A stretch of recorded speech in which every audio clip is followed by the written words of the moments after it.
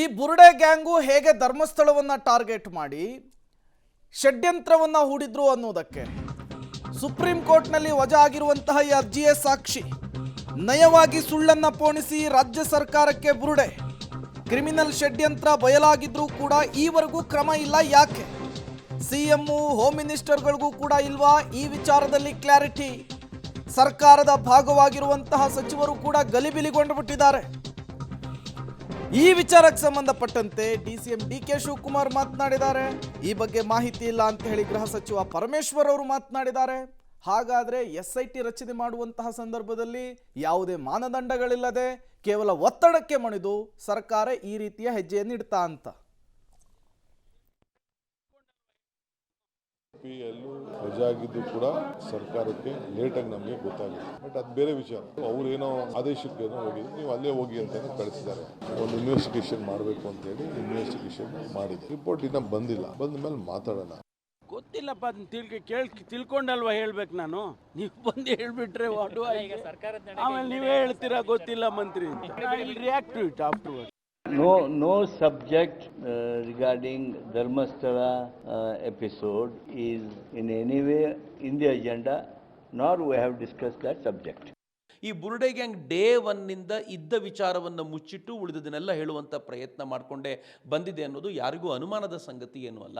ಕರ್ನಾಟಕ ಸರ್ಕಾರದ್ದೇ ಇದರಲ್ಲಿ ಇನ್ವಾಲ್ವ್ಮೆಂಟ್ ಇದೆ ಅಂತ ಅನ್ಸುತ್ತೆ. ನಾವು ಸುಪ್ರೀಂ ಕೋರ್ಟ್ನ ಲಾಯರ್ ಅಂತ ಅನ್ಕೊಂಡ್ ಬಂದಿದ್ದ ಧನಂಜಯ್ ಇದ್ರಲ್ಲ, ಇಷ್ಟು ನೀಚ ಮಟ್ಟದ ಕೆಲಸ ಮಾಡಬಹುದಾ? ಈ ತುಕಡೆ ಗ್ಯಾಂಗ್ಗಳೆಲ್ಲ ಸೇರ್ಕೊಂಡು ಒಂದು ವ್ಯವಸ್ಥಿತವಾಗಿರುವಂಥ ಷಡ್ಯಂತ್ರ ರೂಪಿಸ್ತಾ ಇದೆ ಅಂತ ವಿಚಾರಕ್ಕೆ ಸಂಬಂಧಪಟ್ಟಂತೆ ಮತ್ತಷ್ಟು ಮಾಹಿತಿ ನನ್ನ ಕೊಲೀಗ್ ಶ್ರೀನಿವಾಸ್ ಅವರಿಂದ ಪಡ್ಕೊಳ್ಳೋಣ.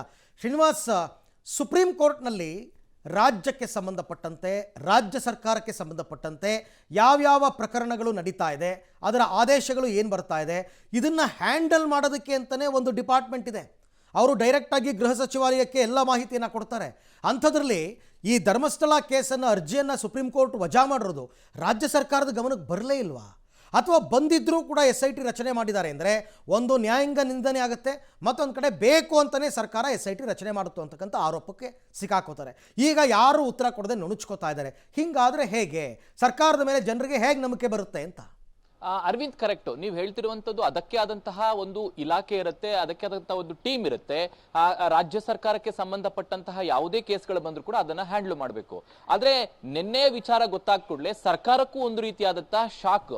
ನಿನ್ನೆ ಕ್ಯಾಬಿನೆಟ್ ನಲ್ಲೂ ಕೂಡ ಇದೇ ವಿಚಾರ ಚರ್ಚೆ ಆಗಿದೆ. ಸುಪ್ರೀಂ ಕೋರ್ಟ್ ನಲ್ಲಿ PIL ವಜಾ ಆಗಿದೆ. ಇದನ್ನ ಮರೆಮಾಚಿ SIT ಮಾಡುವಂತಹ ಪ್ರಕ್ರಿಯೆಗಳು ಸರ್ಕಾರದಲ್ಲಿ ಆಗಿದ್ದು. ಈಗ ಇರುವಂತಹ ಅನುಮಾನ, SIT ರಚನೆ ಮಾಡುವಂತಹ ಮುಂಚೆ ಕಾನೂನು ಇಲಾಖೆಯ ಅಭಿಪ್ರಾಯವನ್ನ ಗೃಹ ಇಲಾಖೆ ತೆಗೆದುಕೊಂಡಿಲ್ವಾ ಅನ್ನುವಂತಹ ಅನುಮಾನಗಳು ಸಹಜವಾಗಿ ಕಾಡುತ್ತೆ. ನಿನ್ನೆ ಕ್ಯಾಬಿನೆಟ್ ನಲ್ಲೂ ಕೂಡ ಸಿಎಂ ಆಗಿರಬಹುದು, ಸಚಿವರಾಗಿರಬಹುದು, ಗೃಹ ಸಚಿವರಾಗಿರಬಹುದು, ಯಾರಿಗೂ ಕೂಡ ಈ ಒಂದು ಮಾಹಿತಿಗಳು ಇಲ್ಲದೆ ಇರುವಂತಹ ವಿಚಾರಗಳು ಚರ್ಚೆ ಆಗಿದ್ದಾವೆ. ಹಾಗಾಗಿ ಸರ್ಕಾರಕ್ಕೂ ಕೂಡ ಎಲ್ಲ ಒಂದ್ ಕಡೆ ಮುಜುಗರ ಆಗಿದೆ ಅನ್ನುವಂಥದ್ದು ಸ್ಪಷ್ಟ. ಆದ್ರೂ ಕೂಡ ಇದೆಲ್ಲವೂ ಕೂಡ ಈ ರೀತಿಯಾದಂತಹ ಗ್ಯಾಂಗ್ ಏನು ಈ ರೀತಿಯಾದಂತಹ ಚಟುವಟಿಕೆಗಳನ್ನ ಮಾಡಿದ್ರು, ಸರ್ಕಾರ ಇದನ್ನ ಪರಾಮರ್ಶೆ ಮಾಡದೆ SIT ಮಾಡಿರೋದು ಸಹಜವಾಗಿ ಸರ್ಕಾರಕ್ಕೆ ಮುಜುಗರವನ್ನು ತಂದಿದೆ. ಹೀಗಾಗಿ ನಿನ್ನೆ ಕೂಡ ಸಚಿವರ ಹಾದಿಯಾಗಿ, ಗೃಹ ಸಚಿವರ ಹಾದಿಯಾಗಿ ಯಾರು ಕೂಡ ಪ್ರತಿಕ್ರಿಯೆಯನ್ನು ಕೊಟ್ಟಿಲ್ಲ. ಈಗ ಸರ್ಕಾರ ಏನ್ ಮಾಡುತ್ತೆ ಅನ್ನೋದನ್ನ ಕಾದ್ ನೋಡ್ಬೇಕು. ಈಗಿರುವಂತ ಮಾಹಿತಿಗಳ ಪ್ರಕಾರ ಕಾನೂನು ಇಲಾಖೆಯಿಂದ ಅಭಿಪ್ರಾಯ ಸಂಗ್ರಹಕ್ಕೆ ಮುಂದಾಗಿದೆ ಅಂತ ಹೇಳಲಾಗ್ತಿದೆ. ಗೃಹ ಇಲಾಖೆ, ಕಾನೂನು ಇಲಾಖೆ ಯಾವ ಅಭಿಪ್ರಾಯಗಳನ್ನ ಕೊಡುತ್ತೆ ಅದರ ಮೇಲೆ ಬಹುಶಃ ಮುಂದಿನ ತೀರ್ಮಾನಗಳು ಆಗುತ್ತೆ ಅಂತ ಅನ್ಸುತ್ತೆ. ಸದ್ಯಕ್ಕಂತೂ ಗೃಹ ಸಚಿವರು ಕೂಡ ಯಾವುದೇ ಪ್ರತಿಕ್ರಿಯೆಗಳನ್ನು ಕೊಟ್ಟಿಲ್ಲ. ಇದನ್ನ ಮಾಹಿತಿ ಪಡೆದು ಉತ್ತರವನ್ನ ಕೊಡ್ತೀನಿ ಅಂತ ಹೇಳಿದ್ದಾರೆ. ಎಲ್ಲೋ ಒಂದ್ ಕಡೆ ಸರ್ಕಾರ ಧರ್ಮಸ್ಥಳದ ಕೇಸ್ನಲ್ಲಿ ಬುರುಡೆ ಗ್ಯಾಂಗ್ ಅನ್ನ ಮಾತನ್ನ ನಂಬಿಕೊಂಡು ಏನೋ ಒಂದು ಎಚ್ಚರಿಕೆ ತಪ್ಪುತ್ತಾ ಅನ್ನುವಂತಹ ಅನುಮಾನಗಳು ಸಹಜವಾಗಿ ಕಾಡುತ್ತೆ.